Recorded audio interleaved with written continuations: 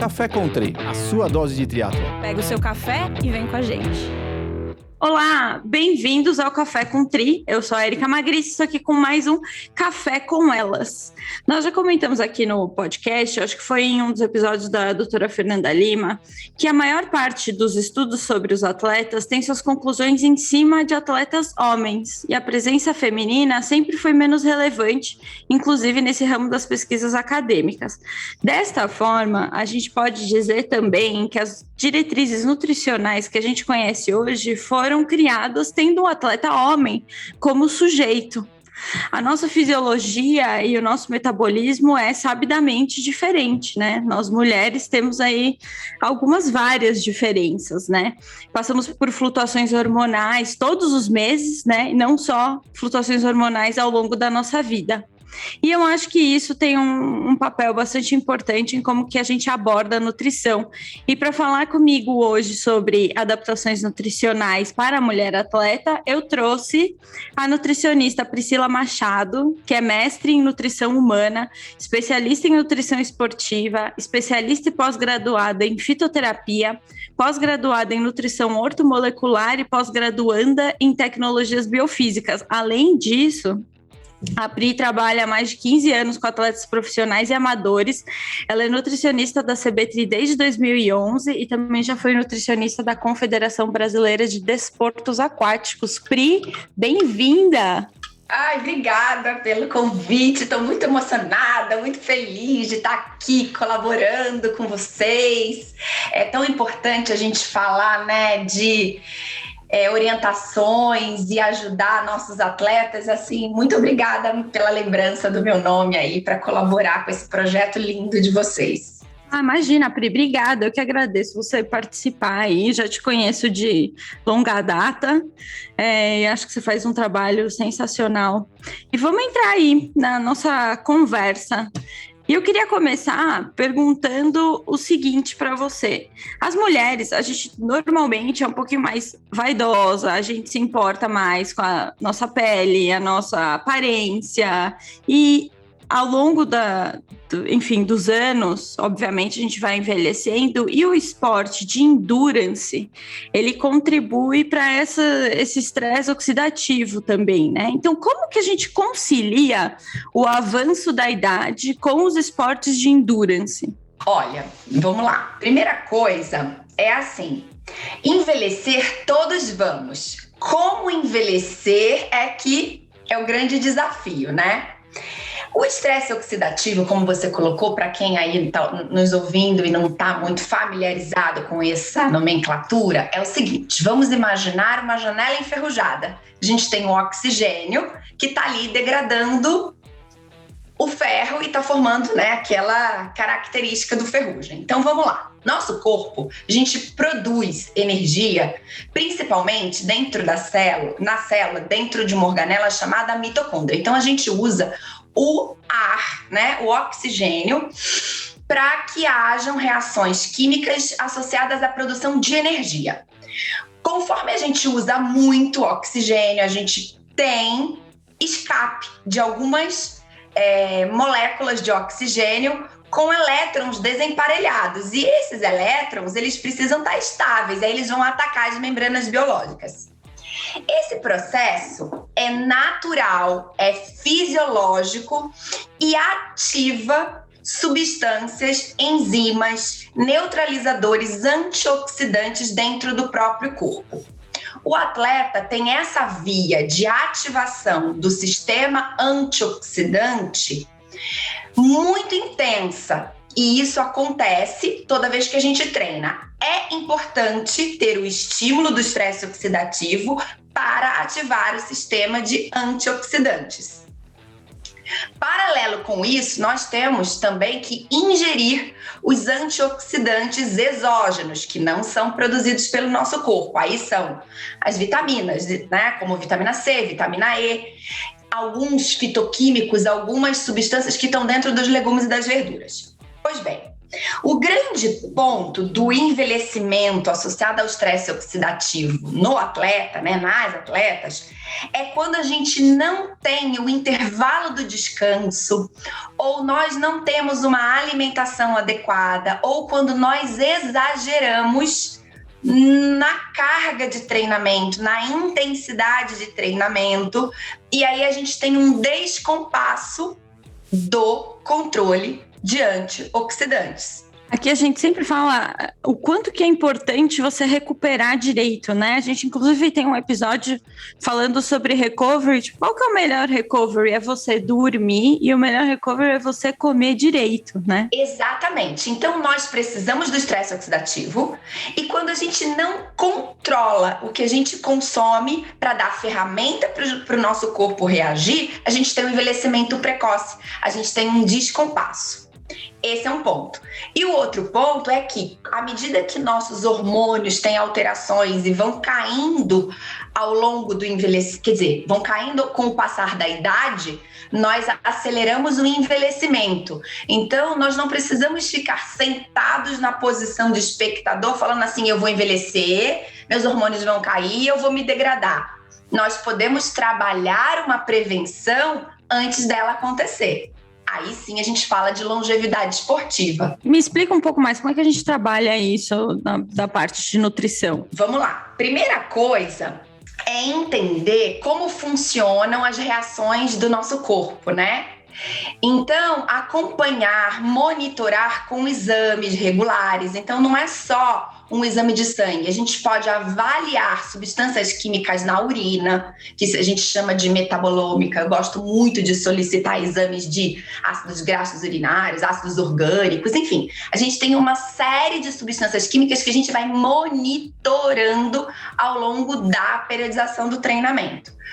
Tem épocas do treino que a gente não pode fazer exame porque vai estar tudo alterado. Então, a gente tem que equilibrar. Essa avaliação vai fazer com que possamos fazer, vai permitir com que possamos ter intervenções adequadas. Então, o que fazer? Aumentar a ingestão, por exemplo, de mais ferro, zinco, vitamina C, vitamina E, cúrcuma, ômegas, ao longo da temporada. Então, a gente tem que dosar, perguntar, avaliar clinicamente, intervir, dosa, avalia, corrige as dosagens. É um processo, né? É um processo de acompanhamento contínuo. E quando a gente fala, você citou aí algumas coisas, ômega 3, etc., ferro, né? Quando a gente fala da mulher, existe algum suplemento, ou existem suplementos que são mais indicados para as mulheres, que você prescreve para as suas mulheres atletas, que você não prescreveria para os seus homens atletas? Existe essa diferenciação? Existe, e é bem interessante essa pergunta, porque, inclusive, tem várias marcas no mercado que fazem polivitamínicos específicos para mulher e ainda fracionam, né, dividem isso entre gestação, período da gestação, então tem suplementos para mulheres para gestação, para lactação, para 50 mais, porque o conteúdo de ferro, de cálcio, de magnésio, de algumas vitaminas a necessidade vai alterando ao longo da vida. Então, existe sim. Agora, eu gosto de trabalhar com a nutrição personalizada, porque eu acredito que nem todos os suplementos devem ser administrados de forma igual para todas as mulheres em todas as fases da vida, né? Então, inclusive falando sobre esses suplementos, esses polivitamínicos, assim, eu já ouvi falar, vou te perguntar se é verdade, mas eu já ouvi falar que muito do que está lá a gente nem consegue absorver, o organismo nem absorve.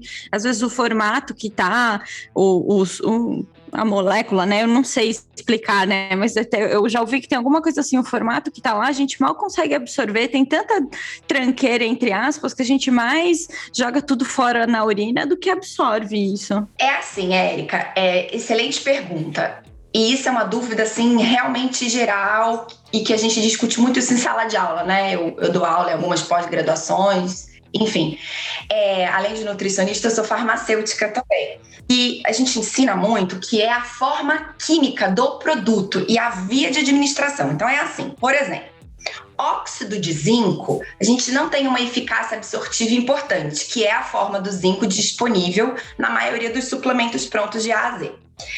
Óxido de magnésio tem uma função muito importante na questão da fisiologia do intestino. Numa dosagem um pouco mais alta pode ser usado como um laxante. Tem questões ligadas a ser óxido, a ser citrato, a ser quelado. Então, por exemplo, se eu quero melhorar um quadro de TPM, uma enxaqueca, melhorar minha produção energética da célula, eu devo administrar magnésio na forma quelada. E isso faz uma diferença enorme. E aí a gente não consegue encontrar muitas dessas formas químicas nos suplementos prontos. Aí tem que ser prescrito, né?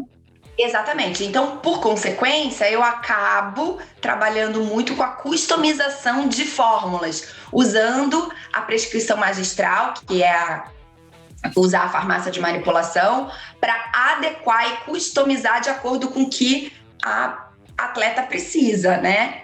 E assim, vou fazer uma pergunta meio de leiga, tá? Mas assim, qual o benefício de eu customizar ou de eu realmente fazer uso desses suplementos, de eu customizar os meus suplementos, eu como atleta, eu como, né, mulher, qual que é o benefício que eu tiro de tudo isso?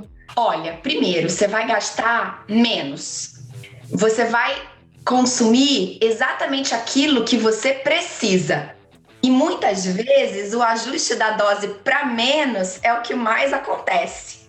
Quando você falou, né, da quantidade, é assim, nós temos um teto para absorção. Existem transportadores, por exemplo, no intestino, que são para cátions divalentes. Então, é como se fosse uma portinha que absorve o zinco, que absorve o ferro, que absorve o cálcio.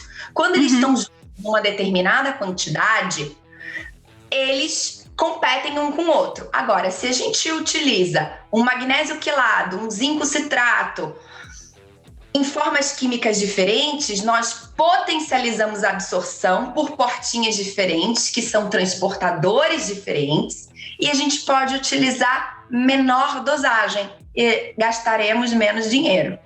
Esse é um ponto. E o segundo ponto da customização é que, assim, o desempenho acaba sendo melhor, porque a pessoa repõe só aquilo que ela precisa. E aí você corrige determinado gap na fisiologia, nas reações químicas do corpo, e aí ela acaba tendo, né, maior disposição, maior energia, né, energia mesmo disponível, acaba sendo bem mais inteligente. Não, com certeza. Então, assim, tudo a gente fala pensando, né, na performance, pensando num bem-estar maior, né? Eu acho que é sempre esse o grande objetivo. E me diz uma coisa, como é que o ciclo menstrual impacta nessas necessidades calóricas, nessas necessidades de suplemento? Se é que impacta, eu acredito que impacta, né? Eu até pensei aqui, quando a gente sente aquela vontadezinha de doce na TPM, tipo, é fome mesmo, é o corpo pedindo caloria, gordura, é algum desbalanço? O que acontece? Então, na verdade, é uma montanha-russa hormonal, né? Entre a progesterona, né? E os o mês inteiro, né? O mês inteiro, né? Para poder preparar para a concepção, para poder ter a ovulação. E aí, quando nós temos desequilíbrio entre a progesterona e o estrógeno na fase adequada, a gente tem essas crises. Na verdade, as TPMs, elas têm 4 classificações. Então, quando a TPM é do tipo A, é ligada à ansiedade, à irritabilidade, à tensão. E aí, nós precisamos corrigir com tipos de nutrientes específicos para isso. Aí a gente pode utilizar mais vitamina B6, 5-HTP, teanina. Quando a TPM é do tipo H, que a gente tem mais edema, dor abdominal, mastalgia. Precisamos trabalhar com nutrientes anti-inflamatórios. Aí a gente usa o óleo de prímula, de borragem, ômega 3, para que possamos produzir mais substâncias anti-inflamatórias.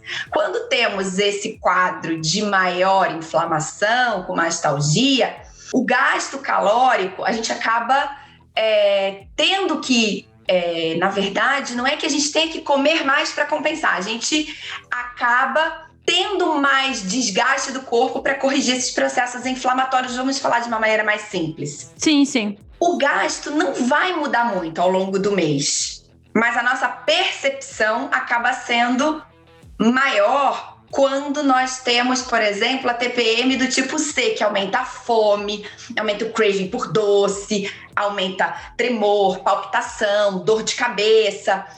E aí a gente precisa tratar com fitoterápicos, com plantas como Vitex, Hipericum, enfim, tem plantas aí, né, associadas. Que ajudam. E aí a inapetência pode vir do outro tipo, que é a D, que vem de depressão, insônia, labilidade emocional, sabe? A menina fica mais chorosa, ai, tudo é um problema, tô mais esquecida, a memória é ruim. Aí a gente trabalha com nutrientes, né, como cálcio, magnésio, 5-HTP para melhorar o quadro e não com caloria. Entendi. É engraçado isso, né? Eu não fazia a mínima ideia que você tinha TPMs diferentes. Você vê que o negócio é extremamente individualizado mesmo, né? Porque além do ciclo menstrual ser super individualizado, cada uma tem um ciclo de maduração, cada uma sente as flutuações de uma forma diferente também. Mas, Érica, é assim, o ciclo menstrual tem uma média, né? Então você tem que ter ali de 25, 28, 30 dias, você tem uma ovulação acontecendo por volta do 14º, isso é uma média. O que é, por exemplo, errado é não menstruar porque você fez uma privação calórica muito grande, ou você tem uma endometriose, uma adenomiose, levando a muita cólica, porque aí é uma predominância estrogênica, é um problema de miométrio, de endométrio, que você tem pólipos ou que você tem crescimento alterado do tecido, gerando uma comorbidade, gerando dor. Isso não deveria acontecer. E aí o tratamento tem que ser ginecológico, talvez haja necessidade de uma intervenção farmacológica com determinados medicamentos ou hormônios, aí tem que tomar cuidado com a questão do doping, aí procurar uma ginecologista que esteja habituada com isso para fazer uma intervenção correta. Não, perfeito. Eu acho engraçado essa questão do ciclo menstrual aqui, que a gente está conversando como melhorar os sintomas de TPM, né? E eu acho que isso tem um impacto também nos treinos, na performance, na hora que a gente vai executar os treinos. Então, assim, eu queria voltar, à raiz da minha pergunta, que eu fiz essa pergunta pensando como que a gente pode, de certa forma, flutuar melhor ao longo do mês para a gente poder executar os treinos da melhor forma corrigindo também, né? Com vitaminas e minerais. Exato, exato. E plantas medicinais. Sensacional. Posso falar? Eu não tomo nada. Eu tô dando graças a Deus agora que eu tô amamentando, que eu não tô menstruando, e eu vou falar um negócio aqui, cada hora que eu penso, meu Deus, daqui a pouco eu vou menstruar, já me dá um desespero, por mais que eu sei que é natural, mas, poxa, é um processo desgastante, né? E assim, aí voltando lá no início na sua pergunta, que eu comentei que os polivitamínicos para mulheres têm mais ferro, nós temos essa necessidade aumentada em função muito das perdas, né? Tem mulheres que menstruam tanto que vivem anêmicas, com a ferritina muito baixa, e aí o desempenho, a oxigenação dos tecidos, a chegada do oxigênio no músculo para fazer o processo de produção de energia, de desempenho, fica prejudicado. O cabelo cai, a unha fica ruim, a pele fica sem viço. Então, precisamos, tomar bastante cuidado com essa hipermenorreia e aí fazer o controle adequado da ingestão das vitaminas e dos minerais. Você não recomenda nenhum tipo de alteração? Uma curiosidade aqui. Nossos hormônios, eles flutuam ao longo do mês inteiro. A minha nutrição, ela deveria mudar também? Ou é só uma correção com suplementos? Ou, né, esses suplementos que você está comentando? A dieta, quando é desequilibrada, piora os quadros de TPM. A dieta muda em relação a ser mais saudável, mais nutritiva, não em relação a calorias. Tá bom. Então, fazer o uso de alimentos ricos em ômega, por exemplo, comer mais peixes, mais frutos do mar, tirar gordura saturada, porque quem tem mastalgia, muita dor na mama, tem que fugir do álcool, fugir da fritura. Então, Muitas vezes... Na verdade, todo mundo tem que fugir da fritura, né? Mas umas mais que as outras. Então, às vezes, a gente se depara com uma menina muito magra que precisa de caloria, com metabolismo extremamente acelerado, que pode se dar o luxo de comer uma comida mais pesada. Gordurosa. Vamos falar de uma coisa mais simples, um estrogonofe, que tenha creme de leite, que tem gordura saturada pra caramba. Tem pessoas que não podem se dar o luxo de abusar da gordura saturada porque vão ter mais dor, vão ter mais mastalgia, vão ter mais enxaqueca. Faz todo sentido. Então, comer alimentos como o brócolis, a selga, o repolho, a couve de Bruxelas, o aspargo, são alimentos excelentes para a melhora do quadro de TPM. Repete aí, aspargos, couve de Bruxelas. Vamos anotando, pessoal. Vamos lá. Couve de Bruxelas, aspargo, repolho, a selga.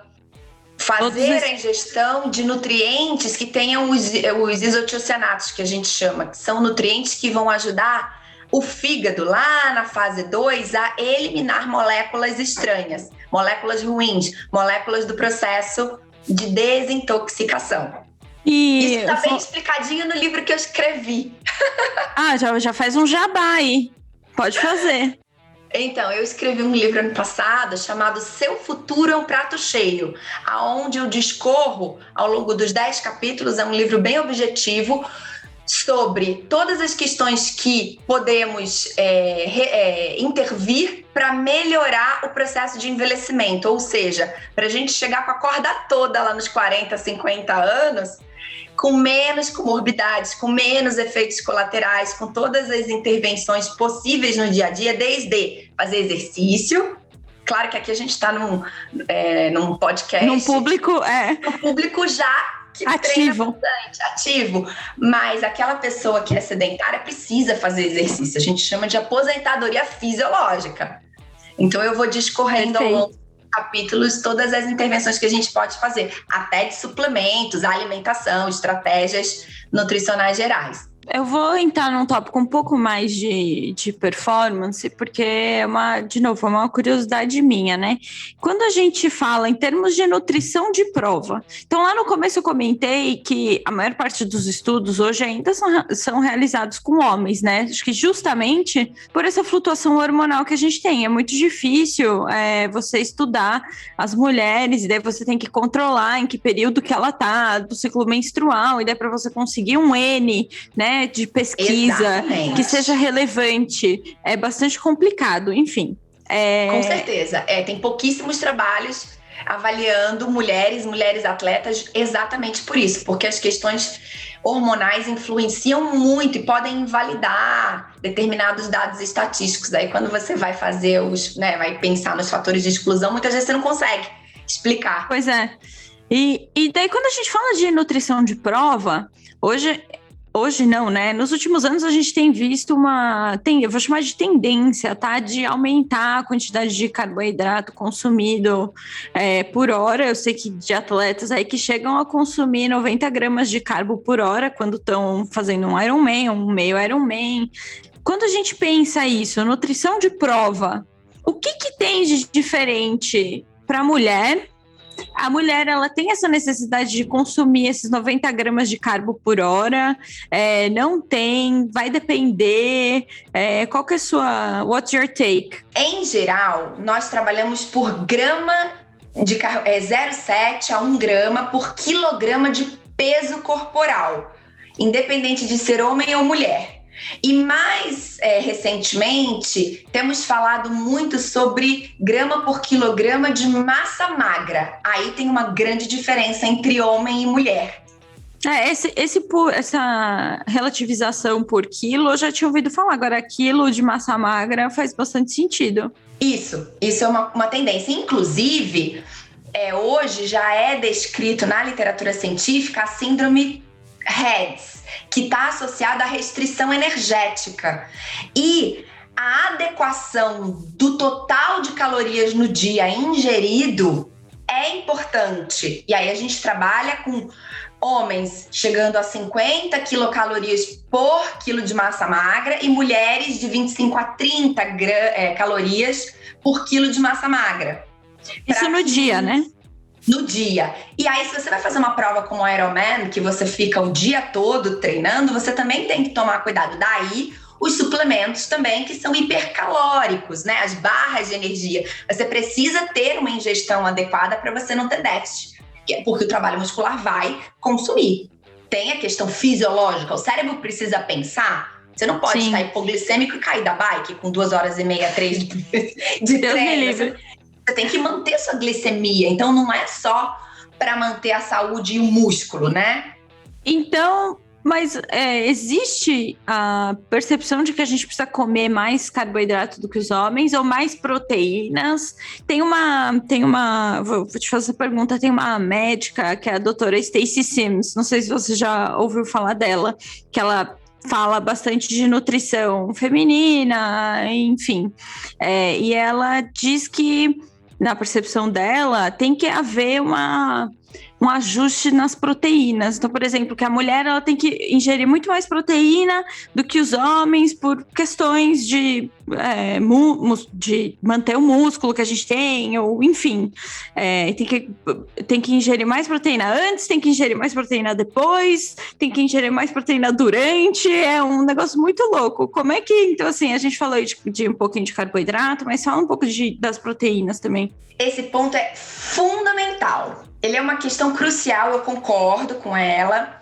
Porém, nós temos que levar em consideração, de novo, a individualidade de cada um. Depois eu vou falar um pouquinho de genética, mas assim, sendo mais pontual na resposta, nós precisamos trabalhar com pelo menos 1,5 a 2 gramas de proteína por quilograma de peso para mulher de endurance. Por conta do desgaste, do recovery, nós precisamos trabalhar essa ingestão. E o homem, qual que é esse range? Olha, dependendo da massa muscular, a gente consegue trabalhar aí com 2,5 gramas de proteína, tá? Não é, né, comparativamente, a Organização Mundial de Saúde fala que para a saúde normal a gente teria de 0,8 a 1 grama por quilograma de peso. Então, tem trabalhos hoje mostrando que realmente precisamos de mais grama por quilograma de peso. A questão é fracionado ao longo do dia. Um número mais ou menos mágico seriam 20 gramas de proteína 4 vezes ao dia, por exemplo. Então, não dá para você comer um caminhão de proteína na hora do almoço, na hora do jantar, e fazer um lanche da tarde com snack simples porque está no escritório. Teríamos que ter uma refeição à tarde mais proteica. Aí a gente pode usar os wheys, as barras, a clara do ovo, usar ou fracionar a proteína da refeição, aí todo mundo fala do frango com batata, né? Para que haja o fracionamento. Da onde vem isso? Porque a capacidade digestiva precisa estar adequada. Não adianta comer muito de uma vez e você não ter capacidade de processar e fazer a ingestão, né? Fazer a digestão, uma aminoacidemia, né? Digerir e chegar no plasma esse aminoácido para ter o aproveitamento do recovery. E aí tem outra informação, dependendo da idade, esse processo de digestão e absorção, ele é mais precário. Então, o recovery de um atleta de 18, 20 anos, ele acontece 30 minutos da menina, 30 minutos após o exercício, 2 horas depois. Se estamos falando de uma menina, né, de uma mulher de 50 anos, nós precisamos focar num recovery tardio por conta da lentificação do metabolismo. Então, 4, 5 horas depois, a gente tem que fazer um outro boost do recovery dessa mulher. E aí jogar com essa proporção de proteínas. Normalmente de 2 a 3 gramas de carbo para cada grama de proteína. Aí a gente calcula as refeições ao longo do dia. E como é que isso funciona para quem faz jejum? Não Porque, funciona. Assim, quem faz jejum vai passar aí 16, às vezes 24 horas sem comer, e daí abre não aquele funciona. Pratão de carne. Não funciona. Não funciona. Fala um pouquinho sobre, por favor. Olha, é assim, estamos falando de desempenho. Sim, performance, não estou falando né? de estética, não estou falando de emagrecimento, não estou falando de pessoas com resistência insulínica. Estamos falando de performance e customização para a melhora do desempenho e a busca, né, da meta individual de cada um. O nosso sistema fisiológico é feito para trabalhar com uma determinada concentração de glicose, de aminoácidos, de ácidos graxos no plasma, para ter um equilíbrio hormonal, para ter um equilíbrio de ressíntese do glicogênio, para que haja construção de fibras da pele. Então, por exemplo, a mulher muito estressada, o atleta de endurance fica mais, né, magro, a gente sempre fala envelhecido. Então, a gente precisa ter nutrientes. A pele é o maior órgão do corpo. A gente precisa ter ingestão de ácido hialurônico, colágeno. A gente precisa potencializar a produção da elastina, né? De todas as estruturas dos órgãos e dos tecidos conjuntivos no corpo também. Então, com o jejum, isso não acontece.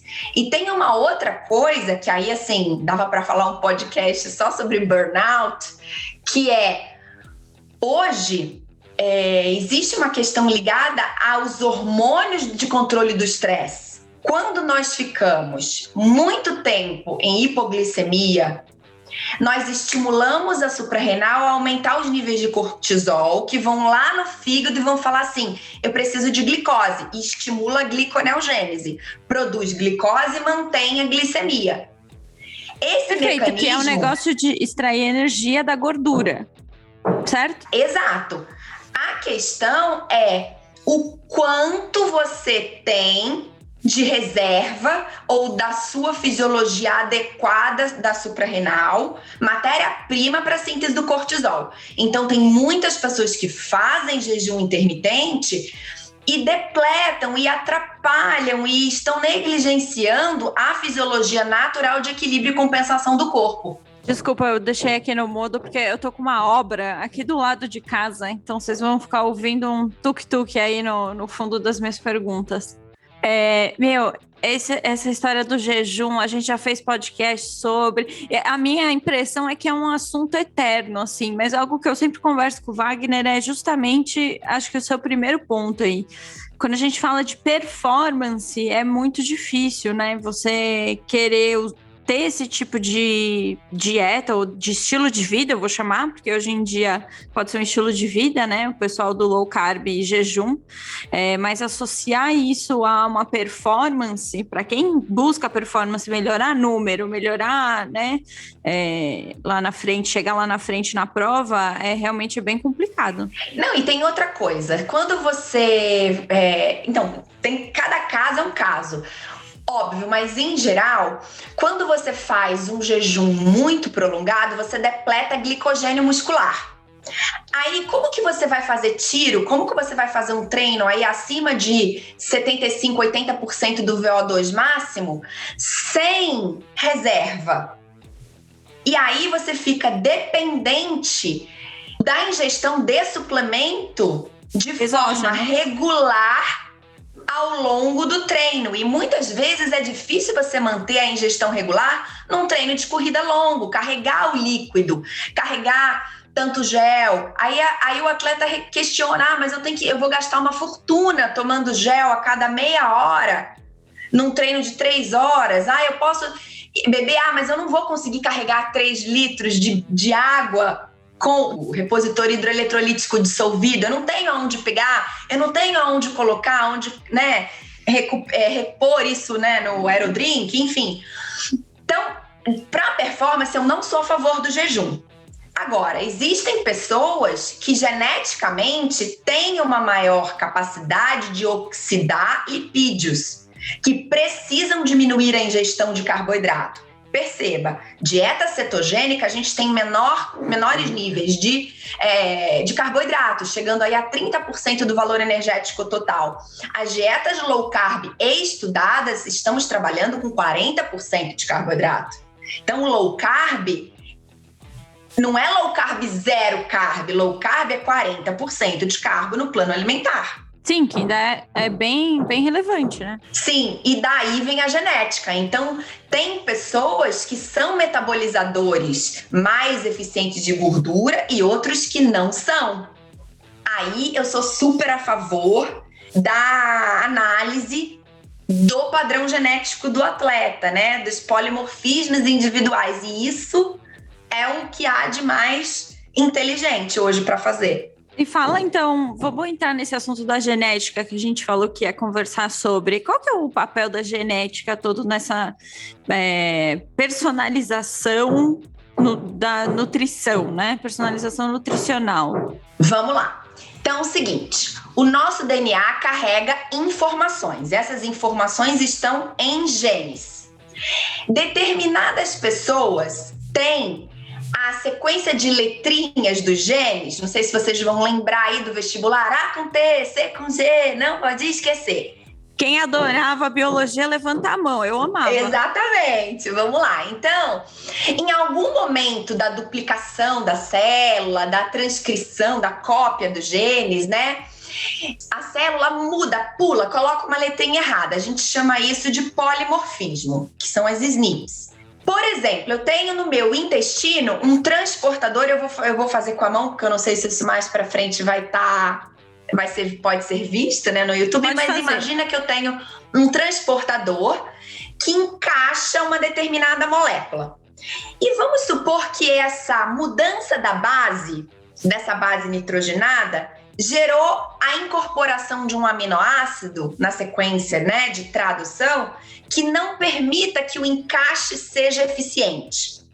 Então, a pessoa vai precisar ter mais quantidade daquele nutriente na dieta ou via suplemento para ter a mesma quantidade depois do processo absortivo, ou seja, circulante.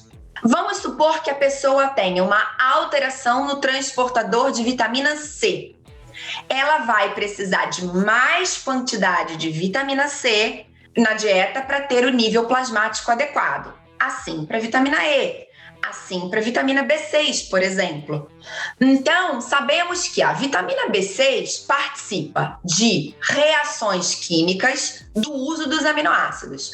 A vitamina B6 participa da produção da dopamina. A vitamina B6 participa de reações para a produção de células sanguíneas. Então, nós temos o quê? Maior necessidade de B6 para manter a função fisiológica. Então, essa pessoa pode ter uma deficiência dos níveis ou da função da dopamina porque tem um polimorfismo e uma alteração no receptor de B6. Ela pode ter... Desculpa te interromper. Não, é que eu ia falar. E a pessoa às vezes nem sabe, né? Não porque sabe. Porque isso então, a gente só descobre fazendo teste genético, certo? E testes, o teste genético é uma vez só na vida, vale super investimento. E depois a gente acompanha com os exames. Então, por exemplo, quando eu tenho uma alteração da absorção da B12, eu preciso, no intestino, eu preciso fazer a reposição via sublingual. Por exemplo, é a forma química e a customização do suplemento. Quando eu tenho alteração da vitamina D, a vitamina D regula 3.000 genes no corpo. Então, às vezes, uma osteopenia pode ser evitada com maiores doses de vitamina D ao longo da vida. Aí a gente vai monitorando no exame de sangue. Cara, eu tô aqui pensando... Além de tudo, é um processo muito de longo prazo, né? Eu acho que também da gente aprender a se conhecer, aprender a entender quando que a gente sente que precisa de mais aporte calórico ou de mais recovery, seja isso sono ou comida, né? E esse acompanhamento ao longo dos anos é extremamente importante. Ô, Érica, né? Vou te falar uma coisa. Para o atleta, o sono é super importante, né? Falando da genética, vamos supor que a pessoa seja um metabolizador lento de dopamina. A dopamina libera na fenda sináptica e atua no outro neurônio dando estímulo. Então é aquela pessoa que, né, que é agitado, que tem um pouco mais de ação da dopamina. Se ela é um metabolizador lento e ela come carne vermelha à noite, ela vai ter mais tirosina, ela vai ter mais matéria-prima para a produção de dopamina. Ela não vai dormir. Não adianta ficar tomando medicação para dormir ou enchendo a cara de melatonina sem mexer na dieta. É aí que a genética influencia. Sério, esse negócio eu acho muito mind-blowing, assim, você pensar o quanto que seus marcadores genéticos que você nem faz ideia que você tem, podem estar influenciando os seus comportamentos e a sua nutrição influencia em cima, né? Então, assim, dependendo do que você come, dependendo de como é que você vai responder de uma certa forma. Exato. Então, a medicina preventiva hoje é uma bioquímica nutricional. É a avaliação correta de como o corpo funciona o tempo inteiro. A ausência de problema não é saúde. E quando a gente fala de performance, a gente tem que estar com a saúde muito azeitada, as reações químicas muito bem encadeadas. Aí a gente consegue conquistar os objetivos. Esse é o ponto do desempenho. Não, perfeito. Perfeito. Eu acho que eu vou precisar fazer esse teste genético aí. Vou botar o Wagner para fazer o teste genético também. A gente já tem essa tecnologia, entre aspas, aqui no Brasil, ou ainda é aquele esquema de você fazer o teste e mandar para fora? Tem testes nacionais excelentes. Eu trabalho com 2 empresas. Porque, enfim, tem várias questões específicas. Então, por exemplo, eu faço muito teste para diagnóstico de enxaqueca e dores de cabeça, porque às vezes não é só metabolismo, às vezes tem algum gene envolvido com isso. Então, tem testes variados em função do que a pessoa deseja. Tem teste para alopécia, e aí a gente trabalha com a dieta para melhorar uma tendência à queda de cabelo. Melhora, então, assim, Pri? Melhora, nossa. É mesmo? Porque aí você trata certo, você não fica rodando em falso. Então eu trabalho. Ou seja, eu vou botar mesmo o Wagner para fazer esse negócio que ele já tá perdendo o cabelo já.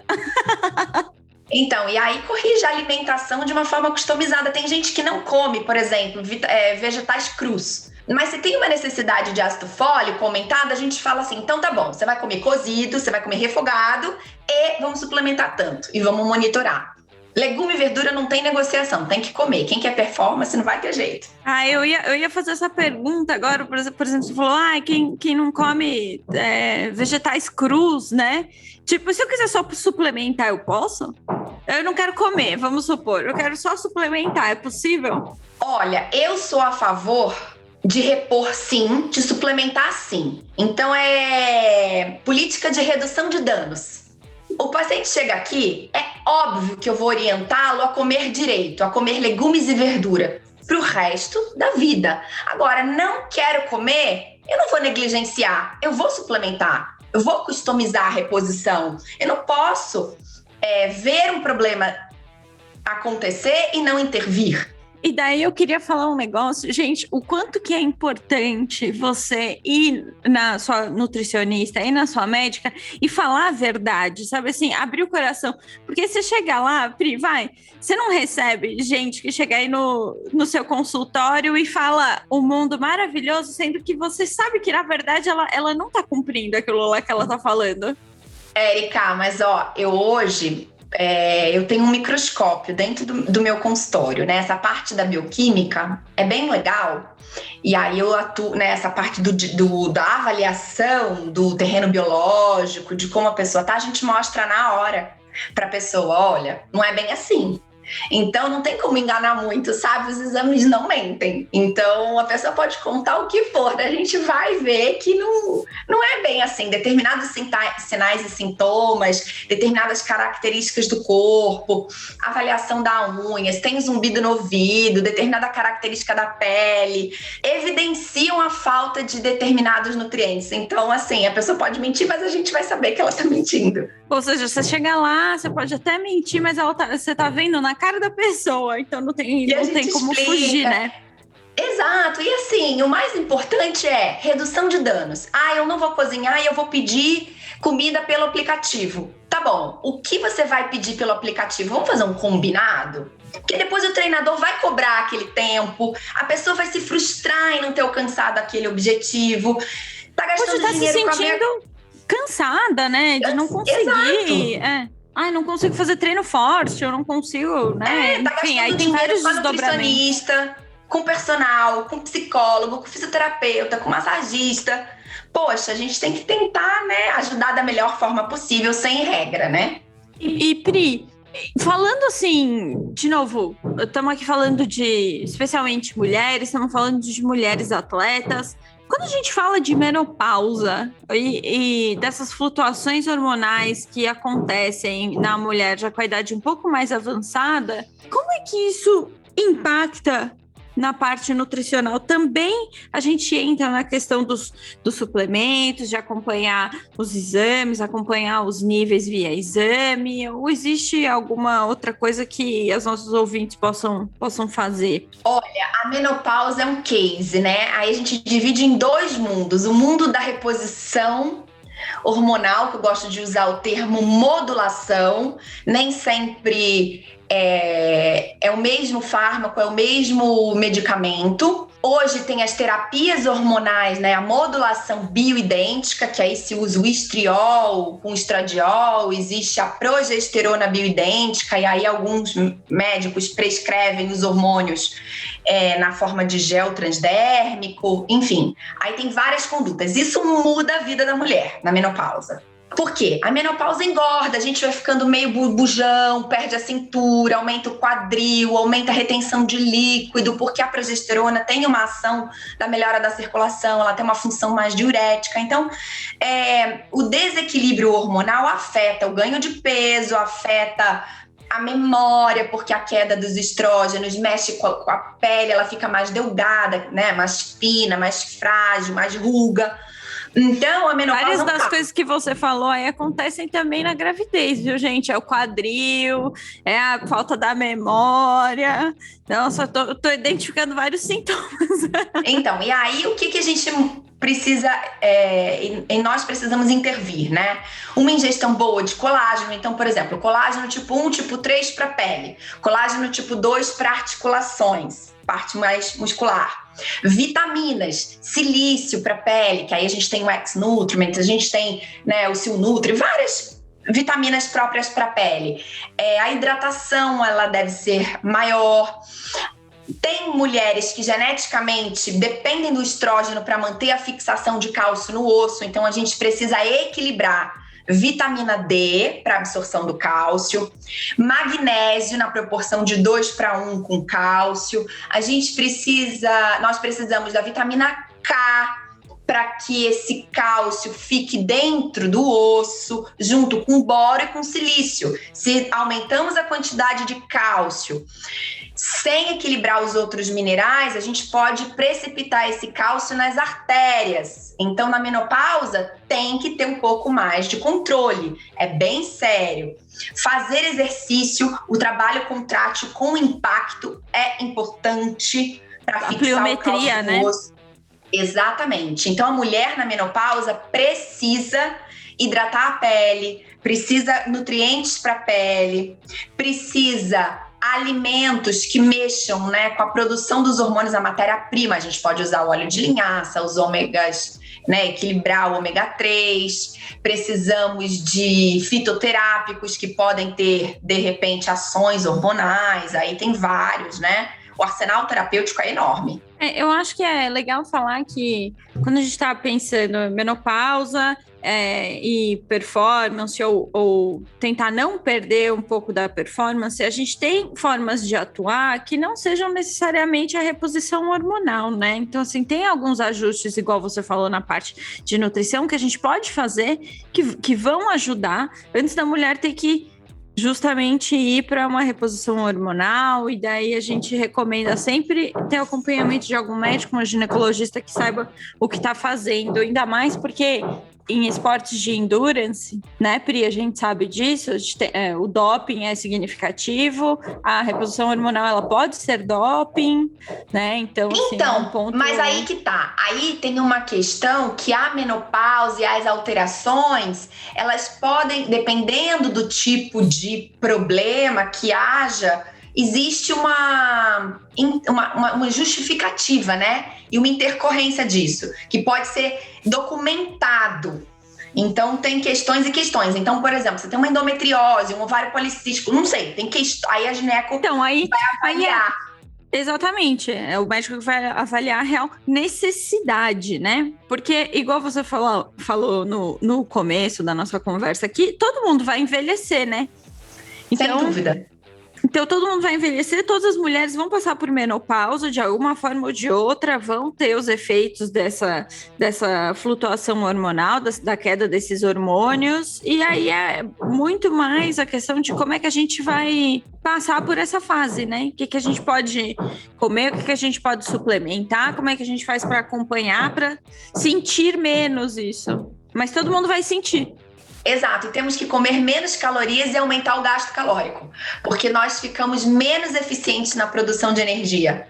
Então, a gente precisamos diminuir a ingestão de caloria ao longo da vida, comer menos intensamente e mais qualidade na menopausa. Esse é um ponto.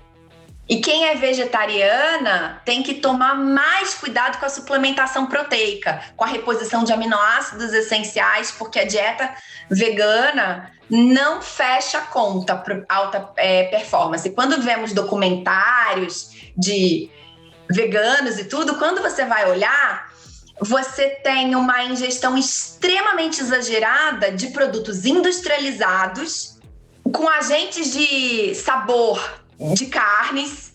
Então, às vezes, a pessoa não come o hambúrguer de carninha moída, mas está comendo uma coisa extremamente artificial, cheia de aditivos químicos, só para dizer que não come carne. Então, eu acho que isso é questionável. Essa questão dos aditivos químicos, dos corantes, dos conservantes.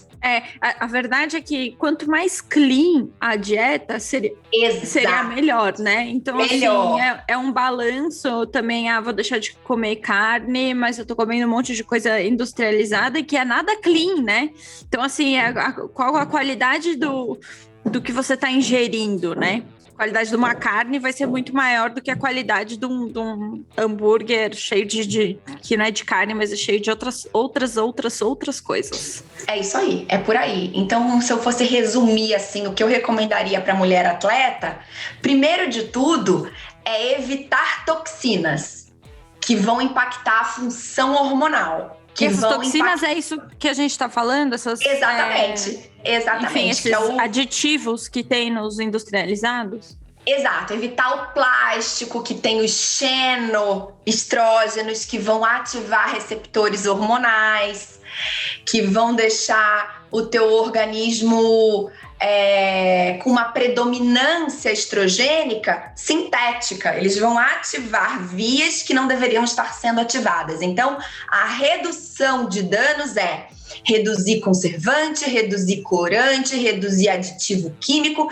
e deixar isso só para o momento do treino, porque o endurance de longa duração você não pode carregar algo que prolifere bactéria, né? Carregar um suco de beterraba, o suco de uva cheio de...